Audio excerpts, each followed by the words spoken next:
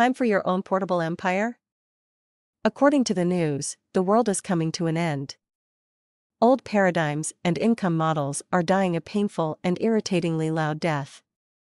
Outmoded economic models are hanging on by their bloody fingernails to the past.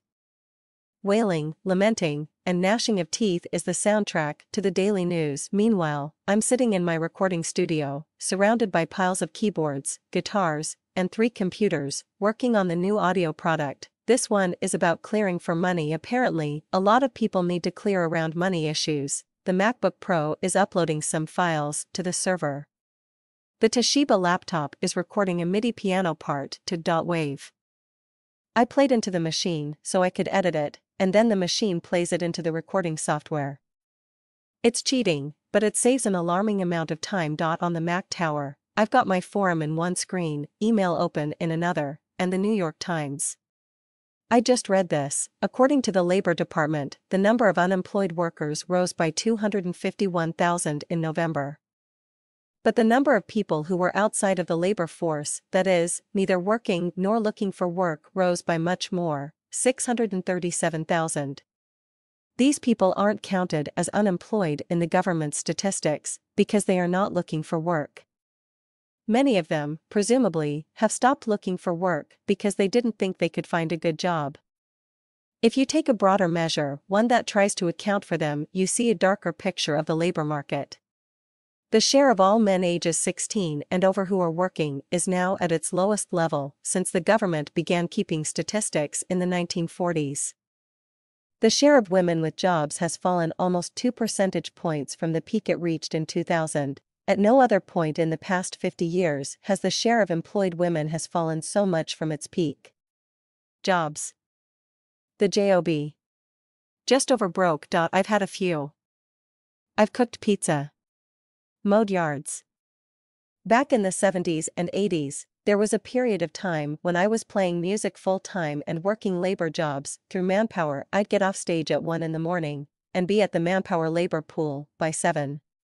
The labor gig paid minimum wage, the music gig paid much less. Later, I managed a liquor store, got a real estate license and sold commercial real estate, worked for a developer, audited banks, and was assistant county auditor of a large, crooked county just north of Houston.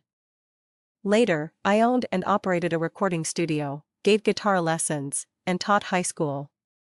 So, I've had some jobs. I hated each and every one of them.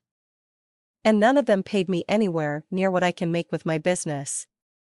As a matter of fact, I paid more than twice as much in taxes last year as I made in income in 2003. So, when I read articles like the one above, my response is good. In my opinion, the whole employee/employer thing is just a form of slavery. I say it's time to free the slaves. It is now officially time for the bullshit capitalist lie to die. Capitalism is only fun if you own the means of production and you can waltz down to Best Buy and buy the means of production for about $299 right now. That's what a laptop computer is going for.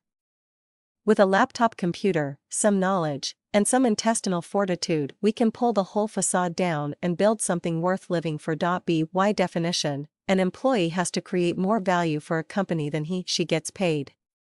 Why would you sell your expertise and labor for less than it's worth? Here's an example. Let's say you've got a job making $10 per hour. Around here, that's good pay for a generic job. You work 8 hours a day, so before taxes, you've made $80 bucks. But, you have to take a world of crap to get that $80 bucks. You have to be someplace at a designated time, do what you're told, kiss up to the boss, and if you voice your opinion you're liable to be fired for insubordination. Whatever that means. I recommend insubordination as a lifestyle. Seriously. You don't have to take crap from anybody. And even if you do all of that, and smile while you're doing it, you may be one of the 637,000 people who lost their jobs. In the month of November. That's 2/3 people who got fired or gave up trying to find a job in one frickin' month. I say, screw that. If you want $80 a day, sell $239.99 ebooks online. You can do it while you're making breakfast, and then have the whole day to do something else. And that something else is whatever you want to do. You might want to make more than $80 per day. I do. So, you might spend some time writing in your blog, building your list, doing an interview with somebody, writing an ebook, or otherwise building up your asset/product base. I've got friends interlingua who can live just fine on $80 a week. Fine. Sell 2 ebooks, and then you've got the rest of the week to hang out in the mountains.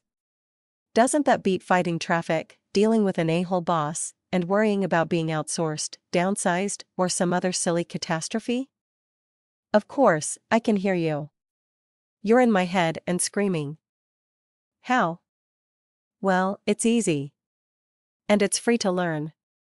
All you have to do is do it. Here's the short course. To build a portable empire, you need to find a group of people who have a problem, or better yet, a series of problems, and are willing to pay for the solution to those problems. Golfers is an example I use a lot. Those guys, and gals, will pay big bucks to carve one stroke off their score. Even if you don't know how to play golf, you can log on to a golf forum and find an expert. Interview them and put that interview into a consumable form: video, audio, ebook.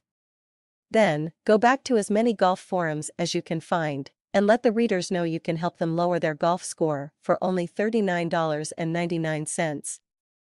Rinse and repeat. Make sure that you keep a list of people who are interested in golf, so that you can contact them. If you can't sell 2 ebooks a day doing that, you're not trying. There are lots of other easy niches. Dieters. Nobody who buys one diet book buys just one diet book. They have shelves of the things. Bodybuilders. Car nuts. Scrapbookers. Did you know there was a huge market of people who make scrapbooks?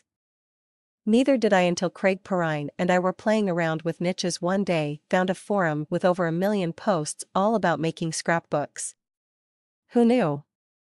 The point is, the universe is not going to run out of problems, or people who will pay for solutions. It's a revolution. Be part of it.